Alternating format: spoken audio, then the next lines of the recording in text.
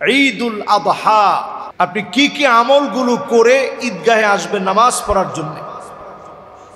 এক নাম্বার, ঈদগাহে আসার জন্য আগে সুন্দর করে গোসল করবেন, ছোট বড় সবাই মিলে সুন্দর করে গোসল করবেন। দুই নাম্বার আমল হচ্ছে তাতঈব, সুগন্ধি ব্যবহার করবেন। তিন নাম্বার আমল হচ্ছে নতুন জামাটা পরিধান করে যেই দোয়াটা আমরা মাত্র পড়লাম, আলহামদুলিল্লাহিল্লাযী কাসানি হাযা সাওবা ওয়া রাযাকানিহি মিন গায়রি হাওলিন মিন্নি ওয়ালা কুওয়াহ, এই দোয়াটা প্রত্যেকে আমরা পড়ে নিব। চার নাম্বার আমল হচ্ছে ঈদুল আযহার দিনে কোনো কিছু পারতপক্ষে না খেয়ে ঘর থেকে বের হবেন। কোরবানির পশুর জবেহের পরে সেইখান থেকে সেই গোশত রান্না বাড়া করার পর সেটা খাবেন।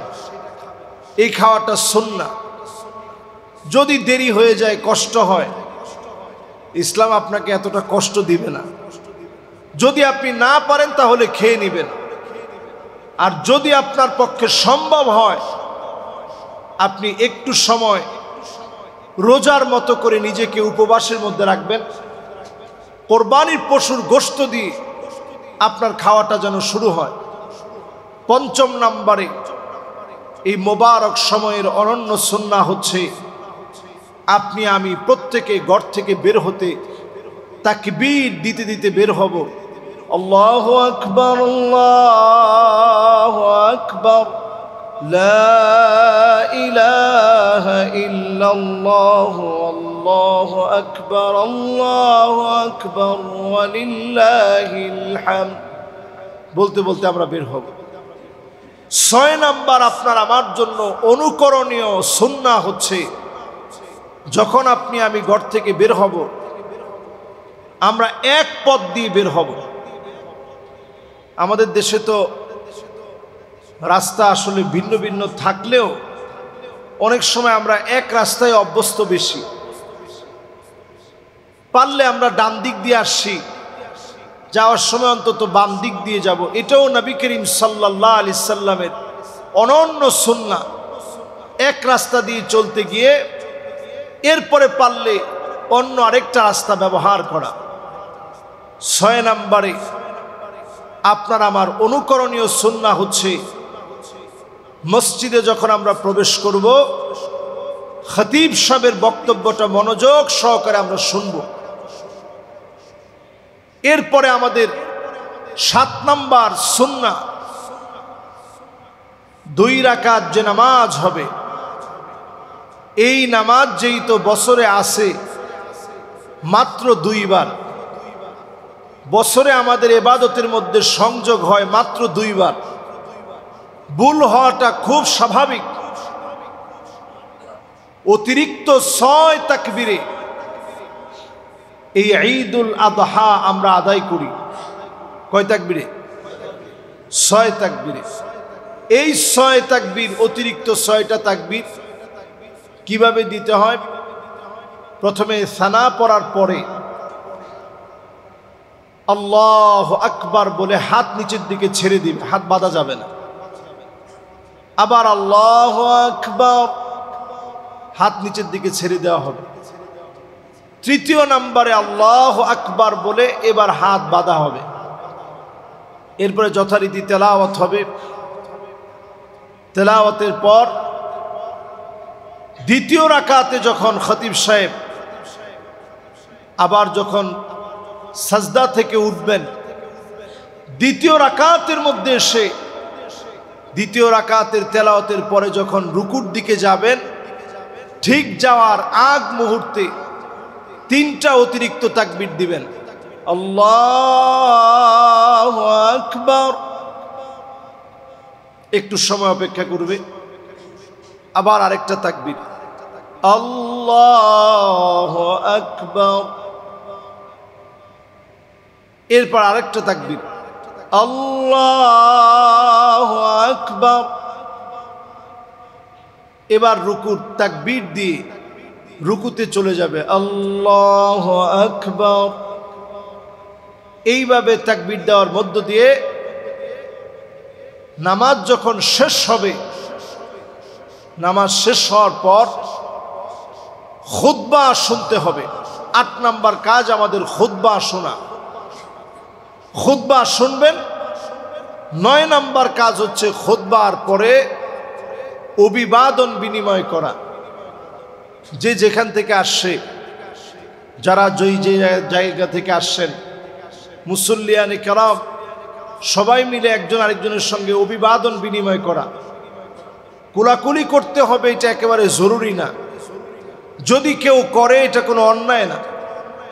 ইসলামের অনন্য সৌন্দর্য হচ্ছে অনেক দিন পরে একজন একজনকে দেখলেন, তখন তাহনিক, তখন আমরা অভিবাদন বিনিময় কোলাকুলি করা, একজন আরেকজনের সঙ্গে অনেক দিন পরে দেখা হয়েছে, মুসাফা করা, হাসি মুখে কথা বলা। এই অভিবাদন বিনিময় করার পর এরপরের সুন্নাহ হচ্ছে আপনার আমার সবচেয়ে আজকের দিনের সবচেয়ে বড় পরীক্ষা, কোরবানি যেন সঠিকভাবে সুন্দরভাবে হয়। কোরবানির পশু যখন কোরবানি করবেন, সবাই মিলে আশেপাশে যারা থাকবেন সবাই মিলে তখন দোয়া পড়া।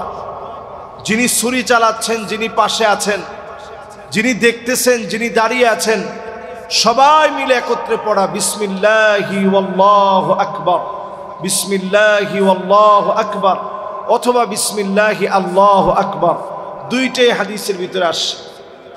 এইভাবে করে ইয়াউমু ঈদিল আদহা, কোরবানির ঈদের দিনের সুন্নাহগুলো আমরা আমল করব। এই সুন্নাহগুলো মানার মধ্য দিয়ে মনের ভিতরে একটা চিন্তা আনব। আল্লাহ তাআলা শুরুতেই জানায় দিলেন, ইন্নামা ইয়াতাকাব্বালুল্লাহু মিনাল মুত্তাকিন। আল্লাহ তাআলা সবার কাছ থেকে কবুল করেন না, শুধুমাত্র যারা মুত্তাকি তাদের কাছ থেকে আল্লাহ তাআলা কবুল করেন। আমি মুত্তাকি হতে পারছি কিনা, আজকে আমার তাকওয়াটা অর্জিত হয়েছে কিনা বোঝার জন্য কিছু আলামত আছে। বোঝার জন্য 1 নম্বর আলামত হচ্ছে, আপনি যখন কোরবানি করবেন, কোরবানি করার পরে আপনার কাছে যদি মনে হয় জোহরের নামাজটা অবশ্যই আমার আদায় করতে হবে, জোহরের নামাজ যদি আপনার কাছে কোরবানি করতে করতে ছুটে যায়, আপনি লিখে রাখেন, শরীয়তের বিষয় আপনি বুঝেন নাই। ফাসাল্লি লিরাব্বিকা ওয়ানহার, আল্লাহ পাক আগে বললেন নামাজের কথা, এরপরে আল্লাহ তাআলা বললেন কোরবানির কথা। যার নামাজ নাই তার কোরবানি নেই। বলেন, যার নামাজ নাই তার কোরবানি নেই। কিন্তু আমাদের সমাজের ভিতরে অধিকাংশ লোক এমন আছে, কোরবানি আছে ঠিক কিন্তু নামাজ নাই। তাহলে বোঝা যায় যে এই লোকটার কোরবানি কি আল্লাহর কাছে কবুল হয়েছে? আগেকার সময়ে কোরবানি করার পরে আকাশ থেকে আগুন এসে ওই জন্তুটাকে পুড়ায় দেওয়া হতো। আচ্ছা চিন্তা করেন, যদি এই নিয়ম এখনো বলবৎ থাকতো, আমাদের দেশে এই যে লক্ষ লক্ষ প্রাণী কোরবানি দেওয়া হয়, সংখ্যাটা লক্ষ লক্ষ থেকে নেমে কত কমে যেত কোনো হিসাব নেই। অধিকাংশ লোকই চিন্তা করতো যে আমি যে খারাপ লোক, এটা দুনিয়ার কেউ না জানুক, জানে কে? আল্লাহ তাআলা তো ঠিকই জানেন। কাজী কোরবানি যে দিব, কোরবানি তো কবুল হবে না, আকাশ থেকে আগুনও আসবে না, আমার কোরবানির পশুকে জ্বালিয়েও দিবে না, এটা যেমনে আছে সেমনে পড়ে থাকবে। এর চাইতে বরং কোরবানি না দিই। অসংখ্য লোক শুধু কোরবানি দিত না, কারণ এই কোরবানি দিলে তার গুনাহের প্রমাণ হয়ে যেত, মানুষের সামনে সে অপরাধী এটা প্রকাশিত হয়ে যেত। আল্লাহ তাআলা এই উম্মতকে কত বেশি ভালোবাসেন, আমাদের জন্য কোরবানির বিষয়কে আল্লাহ তাআলা সহজ করে দিয়েছেন। নবী ইব্রাহিম আলাইহিসসালামের সময়ের কোরবানি যেমন ছিল, সন্তানের গলায় ছুরি চালাইতে গিয়ে বাপ একটাবার চিন্তা করে নাই। যদি কোরবানিটা আল্লাহ তাআলা এখানেই রেখে দিতেন, সন্তান কোরবানি করা লাগতো, চিন্তা করেন আমাদের অস্তিত্ব কিভাবে বিলীন হয়ে যেত। আল্লাহ রাব্বুল আলামিন উম্মতে মুহাম্মাদীর জন্য সহজ করে দিবেন। সব নবীর উম্মতের চাইতে এই উম্মতকে আল্লাহ বেশি ভালোবাসেন। অন্য সব নবীর উম্মতের উপরে এই উম্মতকে আল্লাহ সাক্ষী বানায় দিবেন। এই জন্য আল্লাহ রাব্বুল আলামিন এমন সহজভাবে ইবাদত দিলেন। আপনি কোরবানির পশু একদিকে কোরবানি করবেন, অন্যদিকে যিনি গুনাহ খাতা মাফ করে দিবেন তিনি কে? একদিকে আপনি আমি কোরবানি করি, অন্যদিকে আপনার আমার গুনাহগুলো আল্লাহ তাআলা মাফ করেন। আল্লাহ রাব্বুল আলামিন এই কোরবানির মধ্য দিয়ে আপনার আমার জীবনের কত কত গুনাহ মাফ করে দেন। যেই পরিমাণ পশুর লোম যে পরিমাণ রয়েছে, সম পরিমাণ গুনাহ বান্দার জীবন থেকে আল্লাহ রাব্বুল আলামিন কোরবানি করার মধ্য দিয়ে মুছে দিবেন। সুবহানাল্লাহ। এই জন্য কোরবানি যতবার করবেন, কোরবানির সময় এই বিষয়টা বারবার উপলব্ধি করা, এটা আমার গুনাহ মাফের জন্য একটা পাথেয় হিসেবে আসছে। শুধুমাত্র গোশত খাওয়ার জন্য কোরবানি না। আমাদের দেশে দেখা যায় কোরবানি আসলে ফ্রিজের ভিতরে এমন অফার আসে, একটা কিনলে আরেকটা ফ্রি। মানে বোঝানোই হয় কোরবানি দেন, সারা বছর ফ্রিজের ভিতরে গোশত রেখে দিবেন, সারা বছর ধরে আপনি খাবেন। আল্লাহ তাআলা এই জন্য কোরবানি দেয়নি। কোরবানি দিয়েছেন আত্মত্যাগের নমুনা আল্লাহ তাআলা দেখতে চান। কে কেমন নিজেকে আল্লাহর সামনে সঁপে দিতে পারে। আমার কাছে অনেক সময় অনেক ভালো লাগে যে উনি ইচ্ছে করলে 10 লাখ টাকার একটা গরুও কুরবানি দিতে পারতেন, তিনি শুধু একটা ছাগল দিয়েছেন। কেন শুধু একটা ছাগল দিছেন? এই জন্য দিছেন যে হুজুর আল্লাহ দেখুক আমি শুধু আল্লাহর জন্য দিয়েছি। আমাদের দেশে দেখবেন কোরবানি আসলে অনেকের ভিতরে এই প্রবণতা বেড়ে যায়, হালাল হোক হারাম হোক যে কোনোভাবে একটা ইনকাম দিয়ে অন্তত 5টা 6টা গরু কোরবানি দেওয়া লাগবে। তাহলে সবাই এলাকায় বলবে যে মাশাআল্লাহ এবার তো 6টা দিছে উনি, আরেকজন বলবে অমুকে 12টা দিছে। এর কোনোটাই আল্লাহ রাব্বুল আলামিনের কাছে পৌঁছায় না। লা ইয়ানালাল্লাহু লুহুমুহা ওয়ালা দিমাউহা ওয়ালাকিন ইয়ানালুহুত তাকওয়া মিনকুম। কোনোটাই আল্লাহর কাছে পৌঁছায় না, শুধুমাত্র তাকওয়াটা পৌঁছায়। তাকওয়ার কারণে গোলামকে যিনি দামি বানায় দেন তিনি কে? এই জন্য তাকওয়া অর্জনের এই মোবারক সময়, জিলহজের আজকের এই মোবারক সময়, আগামী দিনের সবচেয়ে সওয়াবের কাজ হচ্ছে কোরবানি করা। গুরুত্বপূর্ণ কয়েকটা মাসালা বলে আমি আমার আলোচনা শেষ করব ইনশাআল্লাহ। মাসআলা নাম্বার 1, কোরবানি আসলে অনেকে আমরা জানি না, ভাইয়েরা মিলে একত্রে কোরবানি দিই। আপন ভাই ধরেন 3 জন 4 জন অথবা 5 জন ভাই আছে, এক ভাইয়ের টাকার কোনো অভাব নেই, ধনী মানুষ। আরেক ভাইয়ের হয়তো ওই রকম সামর্থ্য নাই, তো ওই ভাই এসে ভাইকে বলল যে তোমারে 5000 টাকা দিলাম, কোরবানি তো আমরা ভাইয়েরা মিলে একসাথেই দিই। তো বড় ভাই চিন্তা করছে যে ঠিক আছে আমি তো টাকা দিয়ে কিনে আনছি, ঠিক আছে তুই 5000 টাকা দিছিস, কোনো অসুবিধা নেই, তোরও কোরবানি একবার। এইভাবে করে আপনি 5 ভাই মিলে একত্রে কোরবানি দিলেন, টাকা সমান দেন নাই, কিন্তু কোরবানির ভাগ সমান। এই কোরবানি আদৌ হবে কিনা? ফতোয়া হচ্ছে কোরবানি যদি আপনারা ভাইয়েরা মিলে দিতে চান সমান সমান টাকা দিতে হবে। যদি সমান সমান টাকা না দেন, দ্বিতীয় পদ্ধতি হচ্ছে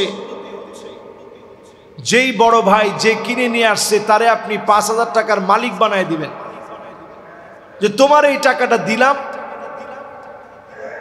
আর আমারে তুমি সাথে রাখো।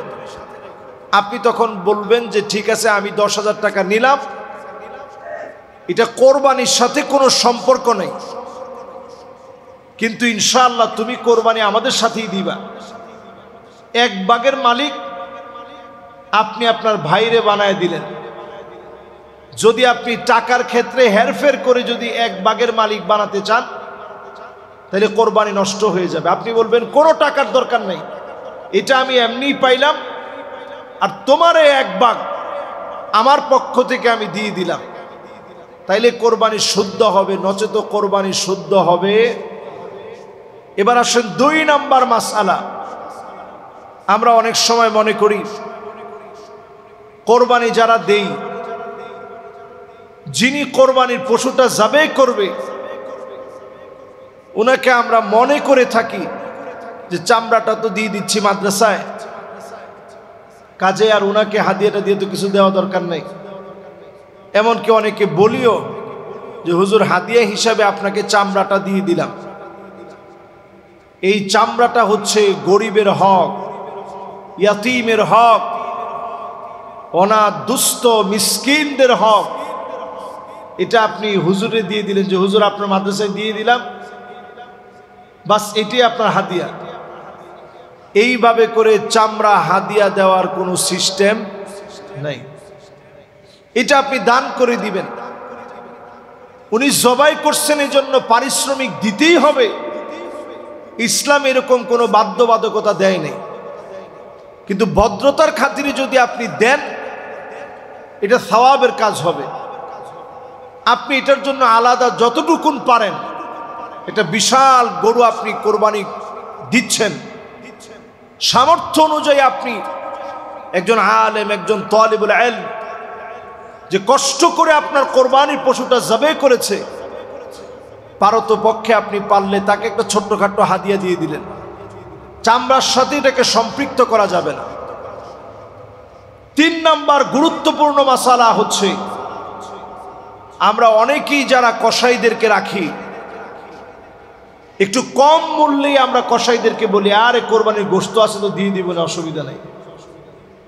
তো কসাইরাও চিন্তা করে ভালোই হয়েছে, মোটামুটি ৪-৫ হাজার টাকা নিলাম, ৬-৭ হাজার টাকা নিলাম, আর আলহামদুলিল্লাহ ৫-৬ কেজি গোশত পাইলে এটার দামই তো ৪-৫ হাজার টাকা, তো সব মিলায় পোষায় যাবে।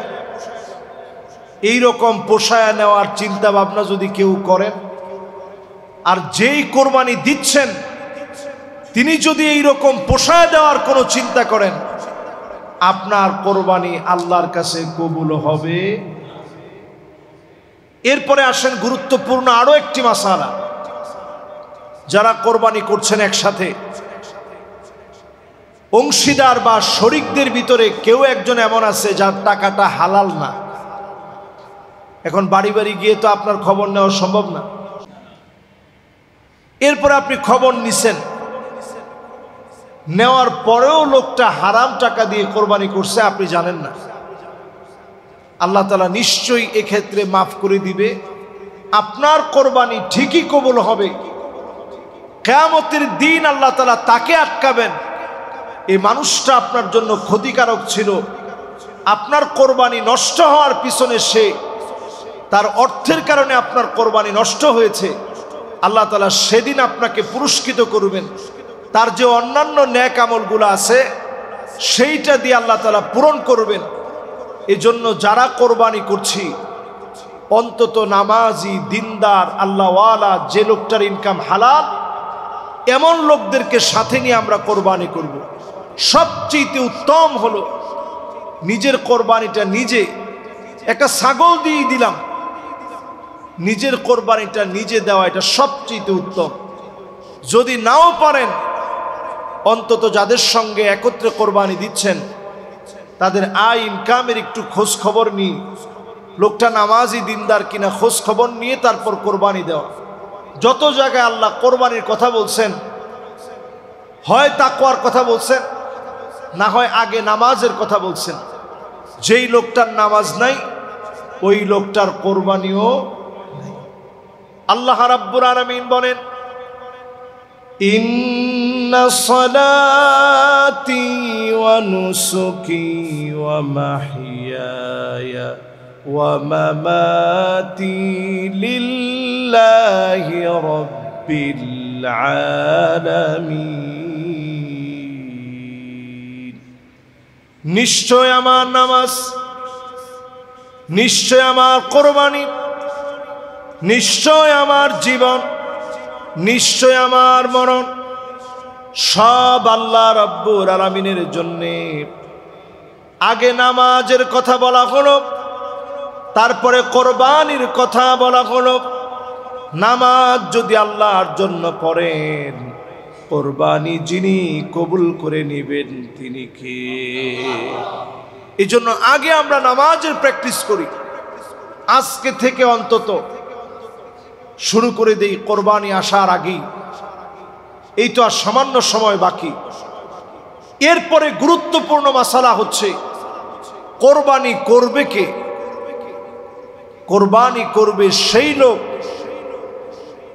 যেই লোককে আল্লাহ রাব্বুল আলামিন অন্তত এই জিলহজ মাসের 10, 11 এবং 12, বলেন 10, 11 এবং এই 3 দিন 12ই জিলহজের আগ পর্যন্ত সলাতুল মাগরিবের সূর্য ডোবার আগ পর্যন্ত, সলাতুল মাগরিবের সময় উপনীত হওয়ার আগ পর্যন্ত, সূর্যটা ডুবে যাওয়ার আগ পর্যন্ত আল্লাহর কোনো গোলাম যদি তার হাতে বর্তমান বাজার দর অনুযায়ী 1 লক্ষ থেকে 1,10,000 টাকা, বর্তমান 1 বড়ি রূপার দাম 2000 টাকা, সেই অনুপাতে 52.5 বড়ি রৌপ্য এর সমপরিমাণ সম্পদ যদি আল্লাহ আপনাকে দান করেন, কোনো ঋণ আপনার নেই, আপনি অভাবগ্রস্ত না, আপনি সচ্ছল, এরকম কোনো ব্যক্তিকে যদি এই 3 দিনের কোনো একদিন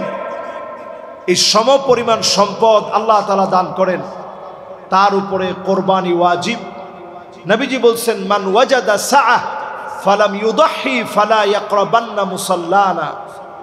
যে লোকটা অর্থনৈতিকভাবে এই পরিমাণ টাকা পেল, তারপরেও কোরবানি করতে আসে নাই, ফালা ইয়াকরাবান্না মুসাল্লানা, সে যেন আমাদের ঈদগাহে না আসে। তার মানে ঈদগাহে আসার আগে আপনার জন্য দায়িত্ব হচ্ছে আপনি কোরবানি করবেন। কোরবানি করার জন্য ধরেন আপনি সামান্য একজন রিক্সা চালক,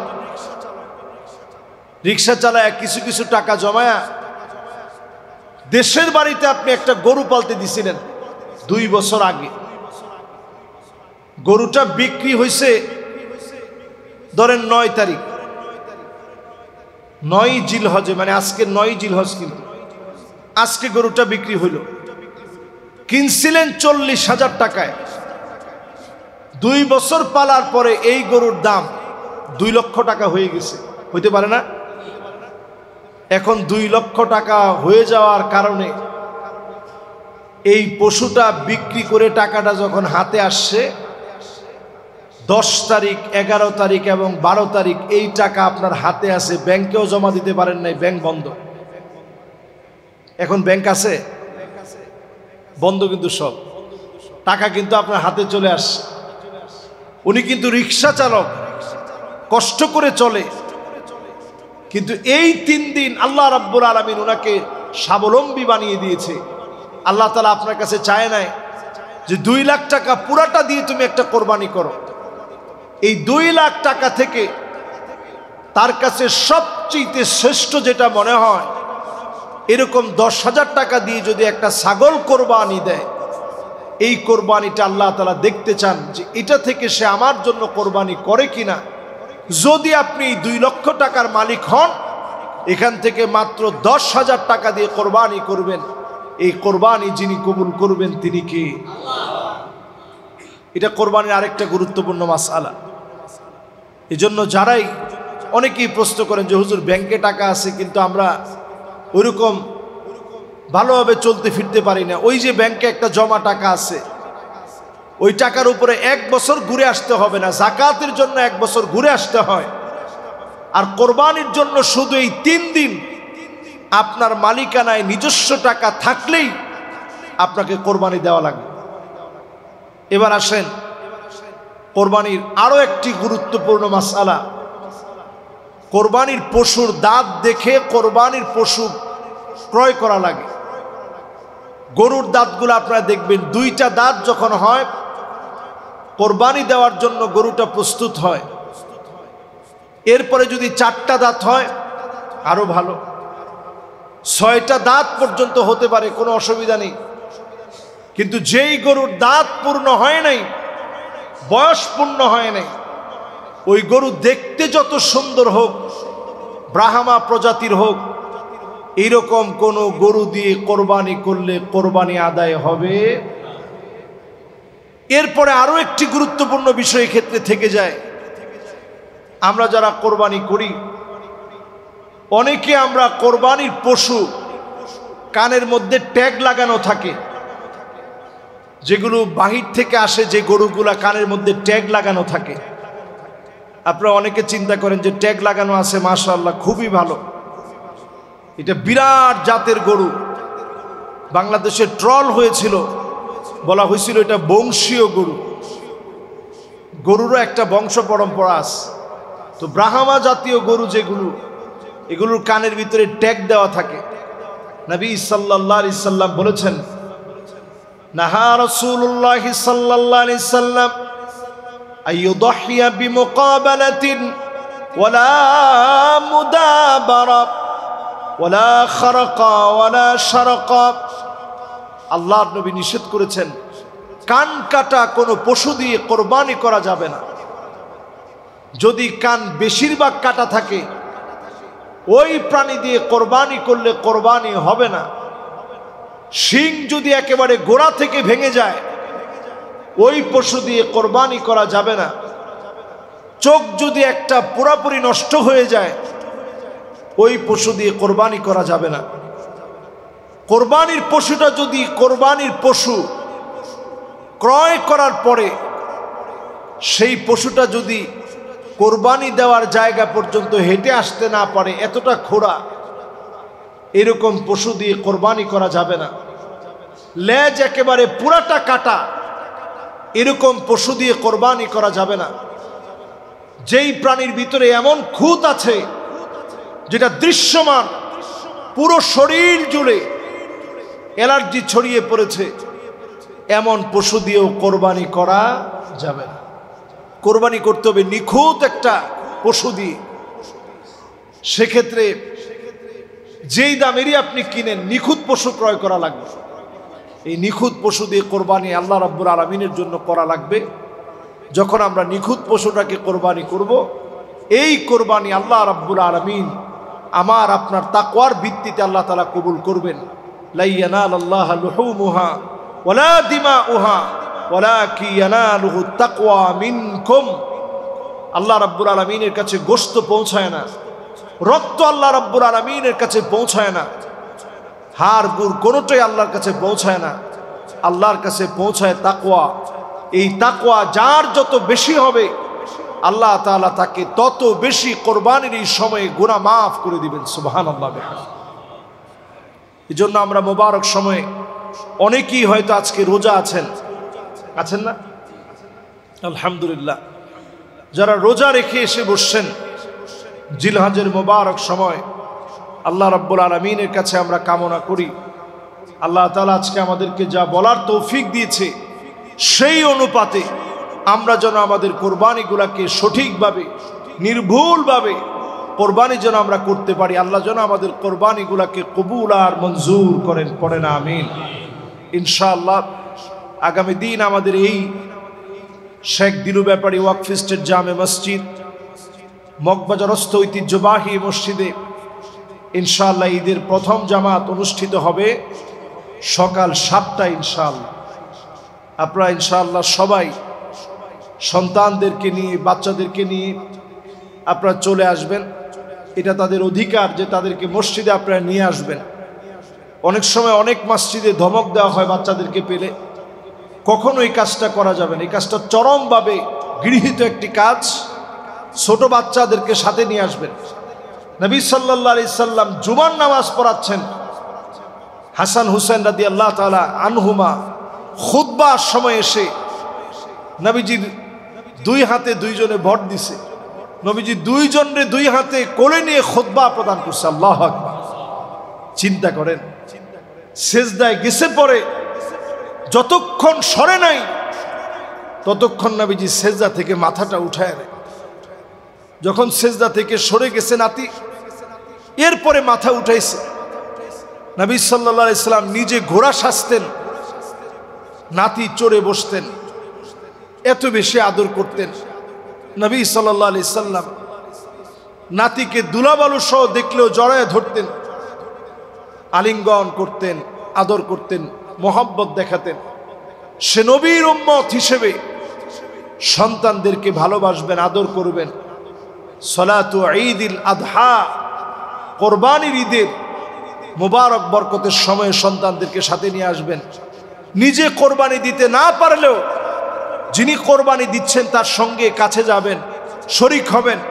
এমন কেউ যদি আপনার কাছে যায়, আপনার ভাড়াটিয়া, আপনার প্রতিবেশী, আপনি তার সন্তানটাকে ডেকে বলবেন, বাবা এটা তো তোমারও কোরবানি।